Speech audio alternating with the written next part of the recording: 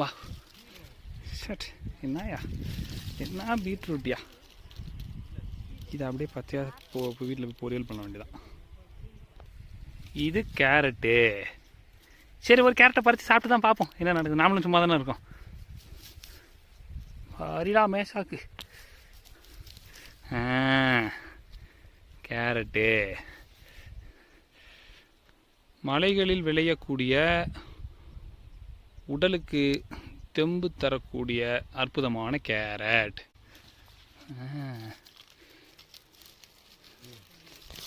வா ஷட் என்னயா என்ன பீட்ரூட்டியா இதை அப்படியே பச்சையாக வீட்டில் போய் பொரியல் பண்ண வேண்டியதான். இது கேரட்டு. சரி ஒரு கேரட்டை பறித்து சாப்பிட்டு தான் பார்ப்போம் என்ன நடக்குது. நாமளும் சும்மா தானே இருக்கோம். அரிடா மேஷாக்கு. கேரட்டு மலைகளில் விளையக்கூடிய உடலுக்கு தெம்பு தரக்கூடிய அற்புதமான கேரட்.